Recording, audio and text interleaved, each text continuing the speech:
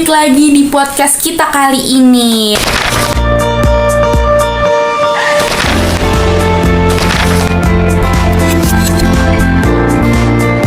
Sebelumnya balik lagi dengan saya Mudalifoni Syaiba. Di sini saya nggak sendirian nih teman-teman. Saya ditemani oleh mahasiswa yang kece banget nih.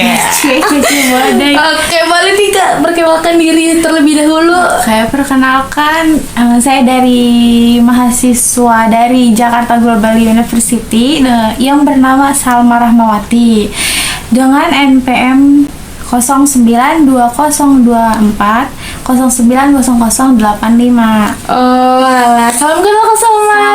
Kamu Dalifa. JGU tuh yang di Gires ya Kak? Iya, betul banget. Oke, betul. Buat kalian nih boleh mampir-mampir ke kampus aku. Yang paling gede itu loh guys. Oke, Kak Salma tau gak sih hari ini kita podcastnya tentang apa? Apa tuh Kak? Oke, belum tahu nih ya. Podcast kita kali ini adalah tentang menjunjung tinggi martabat kemanusiaan nih Kak. Sebelumnya Kak pernah dengar nggak? Itu tuh berkaitan dengan apa gitu? Itu berkaitan dengan HAM ya. Oke, betul. Udah disinggung-singgung nih teman-teman. Oke, mungkin kita langsung masuk aja ke sharing session ya. Mungkin kita masuk ke pertanyaan pertama ya Kak. Nah, menurut Kak Salma itu pengertian dari hak asasi manusia itu seperti apa? Oke, jadi hak asasi manusia itu sering kita dengar dengan HAM ya, sebutan HAM, singkatannya HAM. Jadi hak asasi manusia itu adalah hak dasar yang melekat pada setiap manusia sejak lahir. Jadi hak asasi manusia ini sudah ada kita sejak lahir gitu. Jadi udah memiliki haknya masing-masing gitu. Jadi hak asasi manusia juga ini nggak bisa sembarang dilepas atau dicabut sama orang-orang gitu. Jadi karena udah benar-benar melekat deh pokoknya. Oke, jadi setiap individunya tuh udah benar-benar mempunyai hak asasi manusia nih, dan itu nggak bisa sembarang orang bisa melepasnya. Oke, baik. Selanjutnya nih Kak, menurut Kak Salma, mengapa nih hak asasi manusia itu penting dihormati dan harus dijunjung nih? Ya, karena hak asasi manusia itu kan penting banget gitu di negara kita ini. Karena untuk melindungi martabat dan juga nilai kemanusiaan seseorang. Tanpa hak ini, individu akan rentan terhadap penindasan gitu. Terus juga bakal ada yang namanya ketidakadilan gitu, ketidaksetaraan terhadap manusia, terhadap individu-individu yang lain gitu. Oke, jadi penting ya Kak. Penting banget dengan adanya HAM ini. Mungkin Kak Salma tahu nggak sih sejarah dari hak asasi manusia itu apa? Oh, sejarahnya gitu ya. Iya, tahu nggak nih Kak? Tahu nih.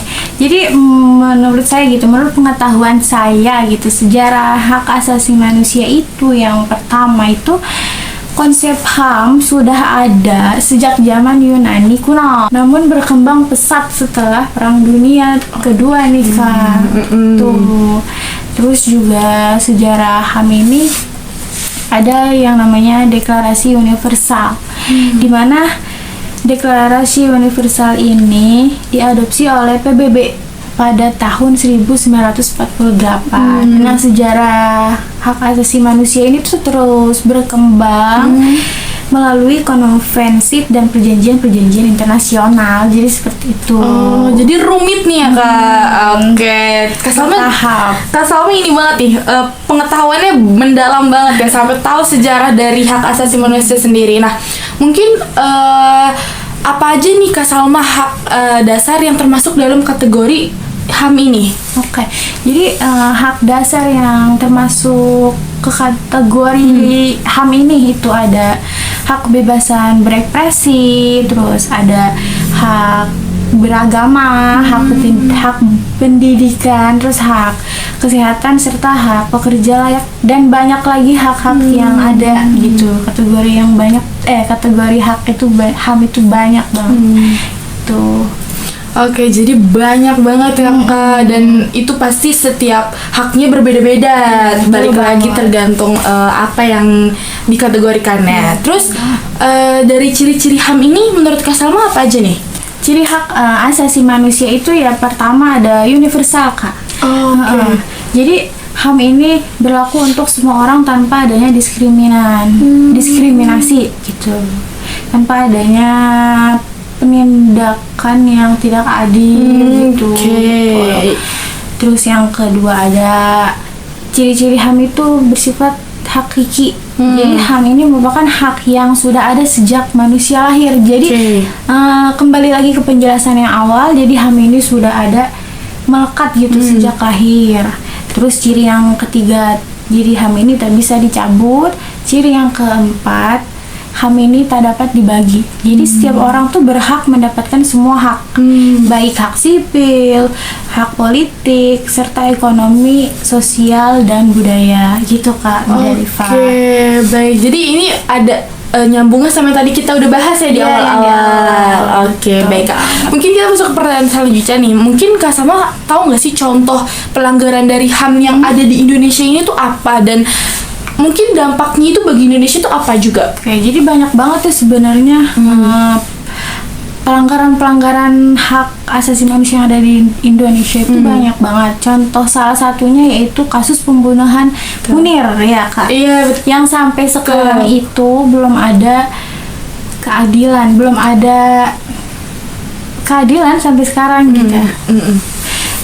Ya, terus banyak lagi seperti kasus pembunuhan Marsina, terus kerusuhan Tanjung Priok, peristiwa Aceh, kasus penganiayaan wartawan, serta penembakan mahasiswa Trisakti gitu Kak. Nah, terus apa saja sih Kak dampaknya gitu ya? Iya, betul. Jadi dampaknya itu dapat menghancurkan kehidupan individu, terus merusak hubungan antar warga. Jadi dengan adanya pelanggaran HAM ini tuh bikin kita hancur lah gitu, bisa disebutnya sama manusia gitu, kayak udah gak bisa gitu deh. Iya, benar. Serem juga ya kan kalau kita ngelanggar ya. Nah, mungkin perlindungannya nih dari HAM di Indonesia kira-kira apa yang Kak Salma tahu? Kan tadi pelanggarannya sama dampaknya udah nih. Terus gimana cara melindunginya nih Kak?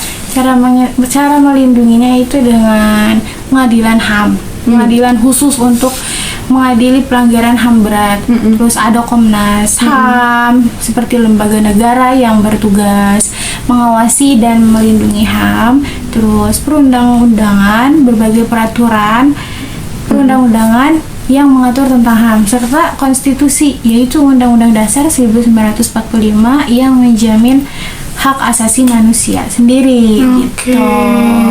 Semoga aja ini bisa jadi ngelindungin kita ya dengan adanya hak asasi manusia ini.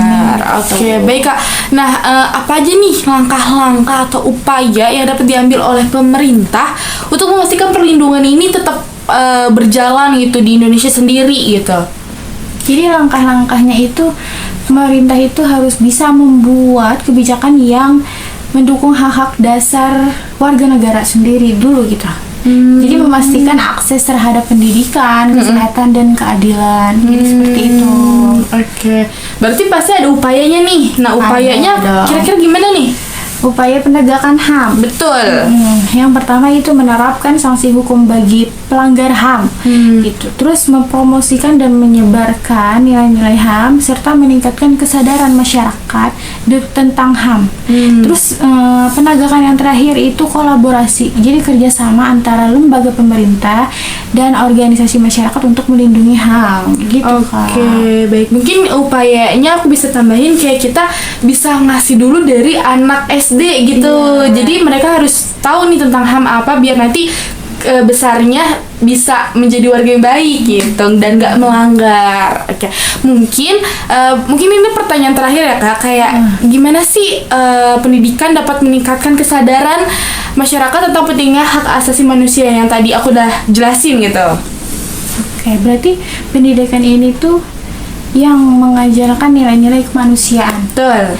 Jadi kita dengan adanya HAM ini di sekolah, misalnya kita bisa menghargai sesama teman, misal terus teman kita lagi nggak ada pulpen gitu ya, kayak kita bisa meminjamkan gitu. Jadi kayak saling bagi gitu, saling menghargai lah gitu. Dimulai dari hal-hal kecil ya. Oke. Banget. Terus juga kemanusiaan juga membantu mengembangkan membantu membangun generasi yang peduli dan bertanggung jawab terhadap hak-hak orang lain. Oke. Itu penting banget HAM di pendidikan tuh, benar-benar penting. Karena kan dari pendidikan itu nanti akan diingat terus ya sama si manusia atau anak-anak betul, Kak. yang belajar. Nah, itu adalah hal-hal penting nih tentang HAM, teman-teman. Nah, mungkin ada nggak sih pentingnya kesadaran dan partisipasi dari masyarakat yang harus kita ayo nih tanemin biar kita nggak ngelanggar HAM dan harus patuhi HAM gitu, Kak? Tentunya ada dong kayak kamu Deliva. Yang pertama itu kita harus mempromosikan hak asasi manusia itu sendiri gitu. Jadi kita harus berpartisipasi dalam kegiatan advokasi dan kampanye HAM. Terus kita juga bisa menjadi duta HAM gitu, menyebarkan pesan-pesan dan nilai-nilai HAM kepada orang lain gitu, supaya HAM ini benar-benar terpakai gitu. Kayak realisasi gitu. Terus kita bisa juga meningkatkan kesadaran seperti mempelajari dan memahami hak dan kewajiban dalam, terus melaporkan pelanggaran. Nah, jadi kita kalau semisal ada yang kayak semisal menyakiti kita gitu, kita bisa melaporkan orang-orang yang sudah menyakiti kita gitu, karena kita juga punya haknya sendiri gitu. Tidak boleh ada orang yang menyakiti kita gitu. Kita bisa melaporkan, terus kita bisa juga mendorong dan menegakkan hukum bagi si pelanggar. Jadi nanti yang orang menyakiti kita tuh bisa dapat hukuman gitu dari Komnas. Jadi menurut aku HAM itu penting ya, Kak. Dan kita sebagai manusia atau warga Indonesia udah punya nih HAM, hak asasi kita. Nah, itu harus digunakan sebaik-baiknya gitu, guys. Nah, jadi teman-teman semua gunakan hak asasinya dengan sebaik-baiknya ya. Dan yang tadi disampaikan Kak Salma ini sangat benar-benar membuat kita akan sadar nih kita harus kayak gimana ke depannya dan aware akan hak asasi itu. Betul banget nih. Nah, mungkin cukup sekian Kak podcast kita kali ini. Terima kasih banyak atas kesempatannya. Kurang lebih mohon maaf. Wassalamualaikum warahmatullahi wabarakatuh. Bye bye.